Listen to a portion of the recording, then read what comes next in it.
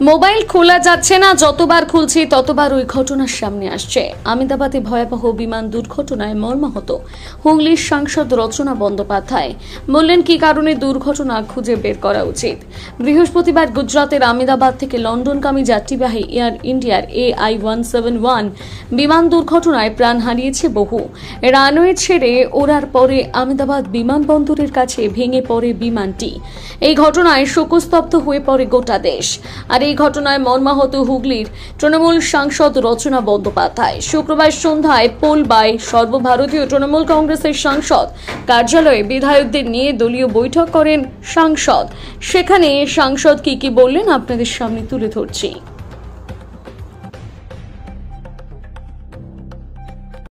আরেকটি ব্যাপার যেখানে দেখা যাচ্ছে যে দূত হিসেবে অভিষেক বন্দ্যোপাধ্যায়কে নিয়োগ করা হয়েছে, নৈশভোজে প্রধানমন্ত্রী নৈশভোজে আমন্ত্রণ পেয়েছেন, কি বলবেন? ফ্যান্টাস্টিক, খুব ভালো, ভেরি গুড নিউজ। এটাই তো হওয়া উচিত, সেটাই হচ্ছে।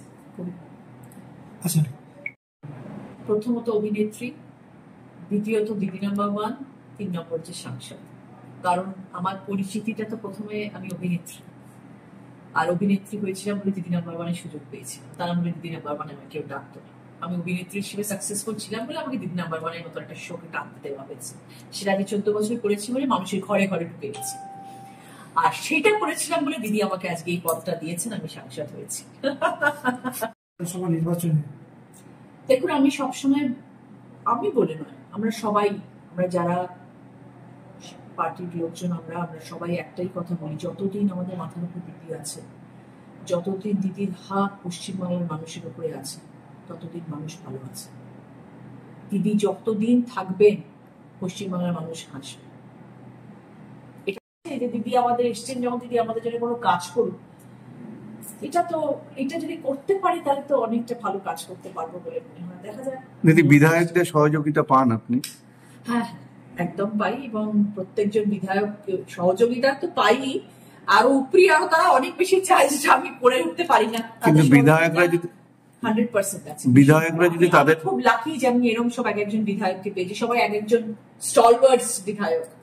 বিধায়করা যদি কাজ করে, দলীয় কর্মীরা যদি কাজ করে, কাউন্সিলররা যদি কাজ করে, তাহলে আপনার কাছে ভুরি ভুরি অভিযোগ কেন?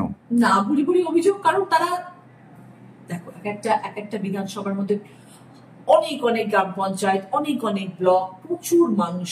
সব তো বিধায়কদের পক্ষে করা সম্ভব না, যেরকম সব সাংসদদের পক্ষে করা সম্ভব না, সব বিধায়কদের পক্ষে করা সম্ভব না, পঞ্চায়েতদের প্রধানদের পক্ষে করা সম্ভব নয়, ব্লক ডেভেলপমেন্ট অফিসারদের পক্ষেও করা সম্ভব। সব কাজ যদি আমরা ভাগ করে নিতে পারি তাহলে সবার জন্য সেটা সুবিধাজনক হবে। কিছু কাজ এমএলএ করবে, কিছু কাজ পঞ্চায়েত করবে, কিছু কাজ ব্লক করবে, কিছু কাজ সাংসদ করবে, সবাই কিছু। এবার যে চিঠিগুলো আসছে সেই চিঠিগুলো দেখে আমাদের বার করতে চেষ্টা করা হচ্ছে যে কোন কাজটা আমাদের করা উচিত, কোন কাজটা এমএলএ কে দিয়ে কাজটা করানো যেতে পারে। সর্বশেষ দিদি, মুখ্যমন্ত্রী মমতা বন্দ্যোপাধ্যায়ের একটা বছর পর আবার বিধানসভা নির্বাচন আসতে চলেছে। বিভিন্ন জনমুখী প্রকল্প মুখ্যমন্ত্রী, দীঘায় জগন্নাথ মন্দির রেশনিং ব্যবস্থার মধ্য দিয়ে প্রসাদ বন্টন মুখ্যমন্ত্রীর নির্দেশে, কি বলবেন?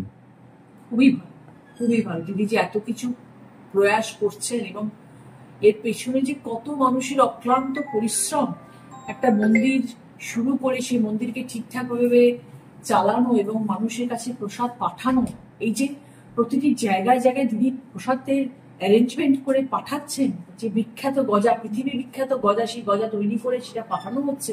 কজন ভাবে এরকম ধরনের জিনিস? কজন ভাবে বলুন তো? তিনি তো ভাবছেন তবু মানুষের জন্য, আমাদের পশ্চিমবাংলার মানুষ যাতে সবাই প্রসাদ পায় সেটা তো দিদির মাথায় আছে এবং তার জন্য কাজ করছে। কটা মানুষ করে। ইতিমধ্যেই সরকারি বাস দিয়েছেন বিভিন্ন জায়গা থেকে যাতে দীঘায় পৌঁছানো যান, সেটাও একটা অসম্ভব ভালো। মানে আমি বললাম যে আমি প্রত্যেকটি লাইনে আমি ব্যাখ্যা দেব না, আমি একটুকুই শুধু বলছি, মানুষজন যদি, যারা জানেন তারা বোঝেন, এবং যারা কদাচিৎ কিছু মানুষ আছেন যারা এখনো হয়তো বুঝে উঠতে পারেননি যে তৃণমূল কংগ্রেস পার্টির জোর কতখানি আছে, যারা বোঝেননি দুর্ভাগ্য তাদের, কিন্তু তাদের বোঝা উচিত দিদি যতদিন আছেন, অভিষেক বন্দ্যোপাধ্যায় যতদিন আছেন, ততদিন পশ্চিমবাংলার মানুষ হাসবে। ভালো। গুজরাটের আহমেদাবাদে একটা মর্মান্তিক বিমান দুর্ঘটনায় প্রায় 200 জনের অধিক সংখ্যক মারা গেছেন। মানে অভাবনীয়, অকল্পনীয়, প্রচন্ড একটা স্যাড নিউজ। মানে ভারতবর্ষের ইতিহাসে প্রথমবার, সবাই বলছেন ভারতবর্ষের ইতিহাসে এরকম ধরনের ঘটনা বিরল, ঘটেনি। কোনো ভাষা নেই, কোনো বাক্য নেই বোঝানোর। মানে এটা যে কি সাংঘাতিক বড় একটা দুর্ঘটনা এবং কত লস, মানে কি দুঃখের, কি কষ্টের। যতবার মোবাইল খুলছি শুধু ওটাই আসছে, আর তো কিছু আসছেই না, শুধু মোবাইলে ওই দেখে যাচ্ছি, সবার চোখের জল, সবাই হাহাকার কান্না, এতগুলো মানুষের প্রাণ চলে গেল, কত ছোট ছোট বাচ্চারা, কত মানুষ ঘুরতে যাচ্ছে, কত মানুষ পড়তে যাচ্ছেন, যে ভবিষ্যতের জন্য মানুষ লন্ডনে পড়তে যায়, ইউকে পড়তে যায়, তারা হয়তো পড়তে যাচ্ছে, কত মানুষ। খুব খুব স্যাড। ইতিমধ্যে আমেরিকার প্রতিনিধি দলকে পাঠানো হচ্ছে, কোথাও কি মনে হচ্ছে যে ত্রুটি ছিল? কি মনে করেন? বুঝতে পারা যাচ্ছে না, কারণ এত দিনে এত হাজার কিলোমিটার চালানোর pilot sales of experience, Dreamliner একটা এত বড় একটা এয়ারক্রাফট, সবাই স্বপ্ন দেখে প্লেনে করে ওঠার এবং যাওয়ার, মানে অকল্পনীয়, অভাবনীয়। নিশ্চয়ই এটার একটা কিছু তো একটা বার করা উচিত যে কি কি যান্ত্রিক গর্জন হলো।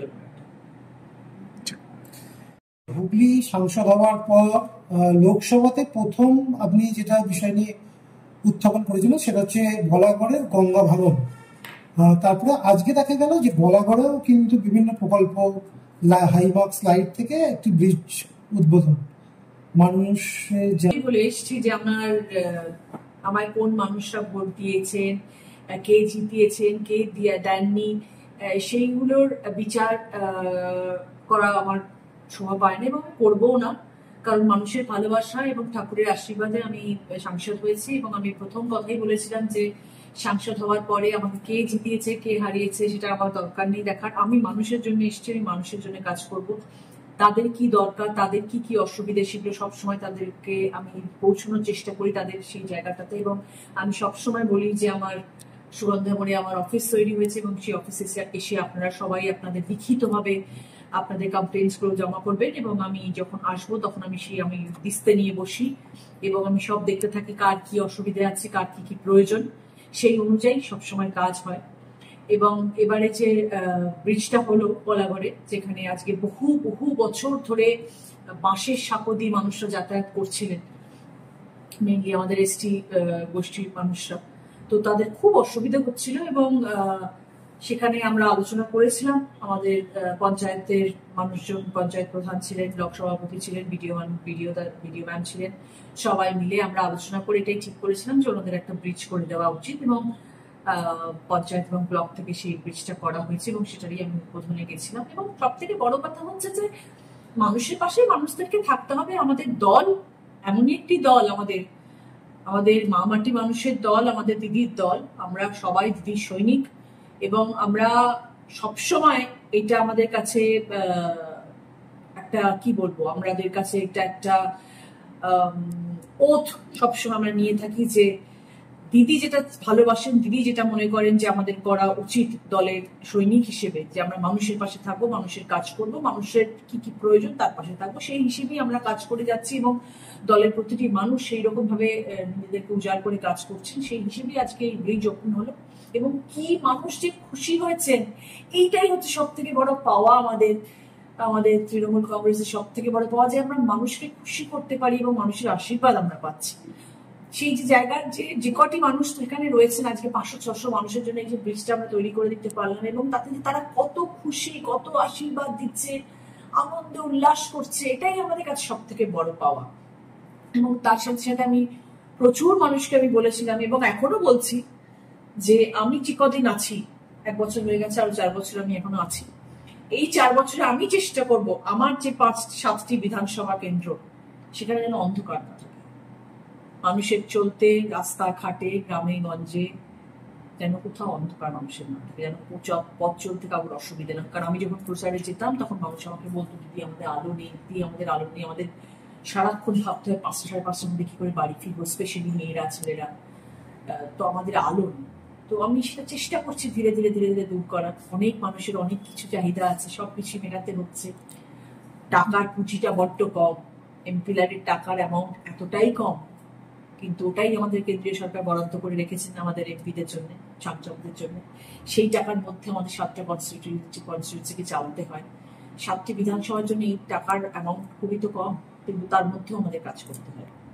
যখন নির্বাচনে আপনি হ্যাঁ দেখো, সত্যি কথা যদি বলো, আমি তো রাজনীতির মানুষ নই, আজকে আমার 1 বছর হয়ে গেল আমি রাজনীতি করছি, আমার সেটাও মনে অবাক লাগে যে একটা বছর কাটিয়ে দিলাম রাজনীতিতে আমি। কিন্তু এটা একটা অন্যরকমের ভালোবাসা পাওয়া।